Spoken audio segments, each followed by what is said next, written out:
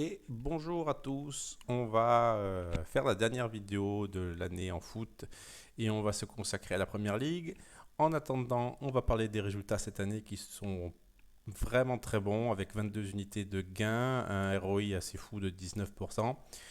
Les résultats du mois de mai sont top avec 6 unités de gain avec toujours des mises de 0,5 U, des fois un peu moins et voilà, c'est toujours des mises qui sont régulièrement de 0,5 U et parfois un tout petit peu moins 0,25 ou 0,37.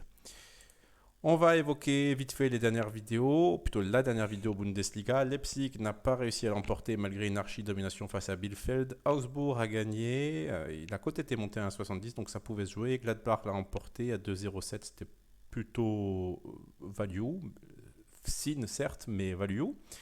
Leverkusen l'a emporté dans les dernières secondes, on l'avait tenté. Dortmund l'a bien emporté à 1,60 d'ailleurs, qui est monté. C'est une cote qui est montée, donc si j'avais attendu un peu, j'aurais pris la simple cote, la cote sèche et pas de handicap.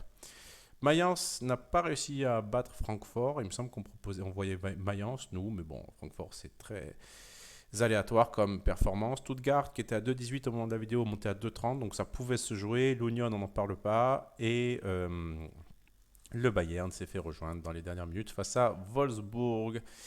Allez, c'est parti pour la première ligue. On va rentrer dans le vif du sujet. Liverpool à 1,40 face à Southampton. Aucun intérêt de jouer Liverpool. Ils avaient exactement la même cote face à Aston Villa. Donc finalement, ces équipes-là se valent, Southampton et Aston Villa. Donc si on ne joue pas Liverpool face à Aston Villa, aucun intérêt de jouer Liverpool face à Southampton. Même si l'écart est conséquent entre les deux équipes. Regardez, Southampton a 42 points attendus alors que Liverpool en a 40 de plus avec 82 points attendus, mais c'est plutôt les performances de City qui me font dire que Liverpool pourrait ne pas être complètement à fond dans ce match-là. Pas qu'il ne veut pas être champion, mais c'est qu'il y a beaucoup de paramètres pour que le titre se dirige vers les Reds. Et en plus, ils viennent de gagner une finale de Cup, donc allez savoir comment vont être les joueurs et dans quel état physique ils vont se retrouver. Donc je passe sur ce match-là. Après, ceux qui jouent au Liverpool à 1,40, c'est pas une grossière erreur, mais c'est tout le contexte qui me fait dire que on peut passer sur ce match. Everton face à Crystal Palace. Everton est ici, équipe qui sous-performe, il devrait avoir 7 points de plus, quand même pas mal, hein, c'est bon à savoir. On voit que le classement attendu est bien différent de leur classement réel. Ils vont se faire peur alors qu'ils ne devraient pas avoir peur dans cette fin de championnat. Donc, Everton a 43 points attendus et en face, le problème, c'est qu'ils vont jouer Crystal Palace, qui est elle aussi une équipe qui est en sous-performance totale avec 10 points de plus normalement au compteur. Et c'est exactement la même configuration que le match face à Brentford. Brentford était coté à 4,10. Brentford est à un niveau équivalent à Crystal Palace en termes de stats. Et on pourrait se dire que c'est toujours bon de jouer Crystal Palace ici. Il y a des chances de voir cette équipe d'Everton avec sa cote fondre un petit peu. Je ne suis pas certain que ça augmente. Je pense que ça va même baisser. Les gens vont, à mon avis, miser Everton. Alors que la value est sur Palace, malgré le fait que Crystal Palace n'ait plus rien à jouer dans ce championnat. Mais en termes de cote pure, eh ben, la value, elle est bien ici et non ici.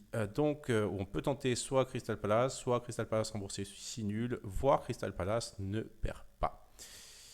Ensuite, Aston Villa 2-10 face à Burnley. Aston Villa, on le retrouve dans le ventre mou en termes de classement des points attendus. Et Burnley est tout en bas avec 10 points de moins attendus. Est-ce que c'est une erreur de jouer Villa à 2-10? Je pense pas. Après, il y a ce fameux contexte. Burnley doit sauver sa peau en Première Ligue.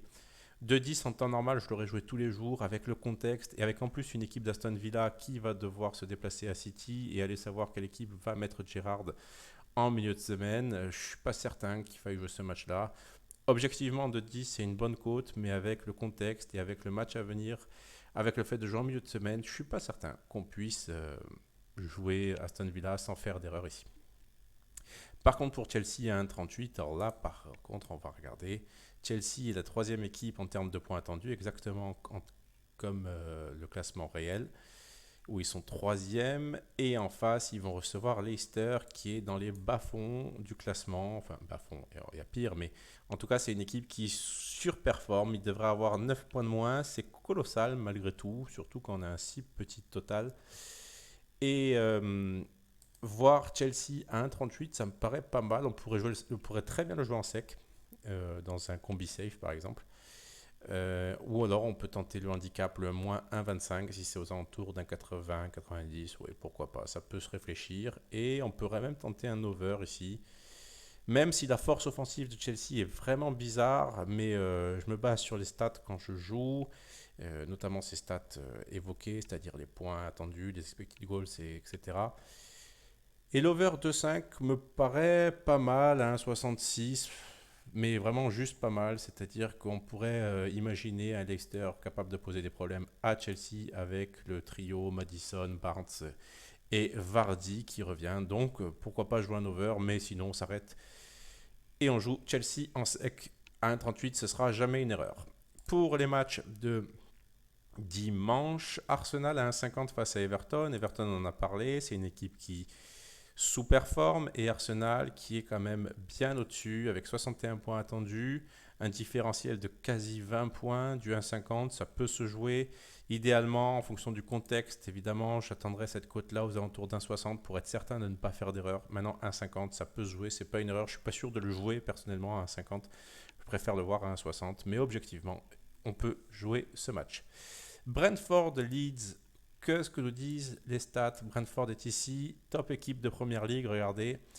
Ils sont 6e au classement des points attendus, 9 points attendus de plus, c'est top pour eux, ça veut dire que c'est une équipe qui est vraiment très forte. D'ailleurs, on le voit sur les derniers résultats, ils ont été emportés à Everton, ils ont fait quelques gros coups, notamment face à Chelsea.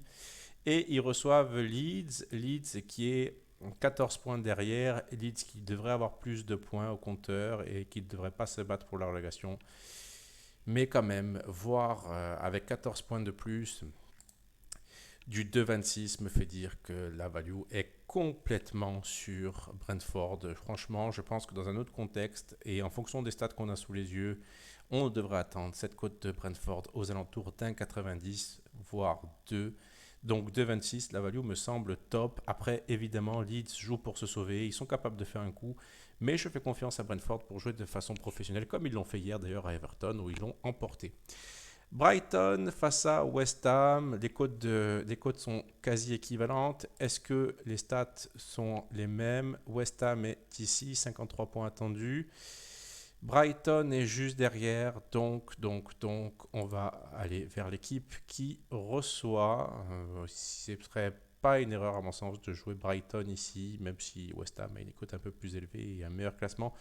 Mais du fait que ce soit l'équipe à domicile, qui soit outsider, enfin qui soit côté CEO, me fait pencher la balance vers eux, mais c'est un avis qui est très subjectif. Par contre, là où je peux avoir un avis un peu plus neutre, c'est sur l'over 2,5 à 1,83, ça me semble très haut. On pourrait voir un match ouvert ici avec Brighton qui marque régulièrement ces derniers temps. Et un over 3 à 2,45, c'est vraiment pas mal du tout, c'est même top à vrai dire. Donc Brighton ou over. Burnley 2,40 face à Newcastle. Ici, Burnley niveau inférieur à Newcastle, 2,40. Et on va regarder quand même, il faudrait voir, on va juste faire un petit point sur la dynamique. On va se mettre une date au 1er février, juste pour avoir un peu une idée d'où se trouve Burnley. Et Burnley est pas mal au niveau de la dynamique et qui reçoivent, on a dit, qui recevait Newcastle, et Newcastle est où? On regarde Newcastle.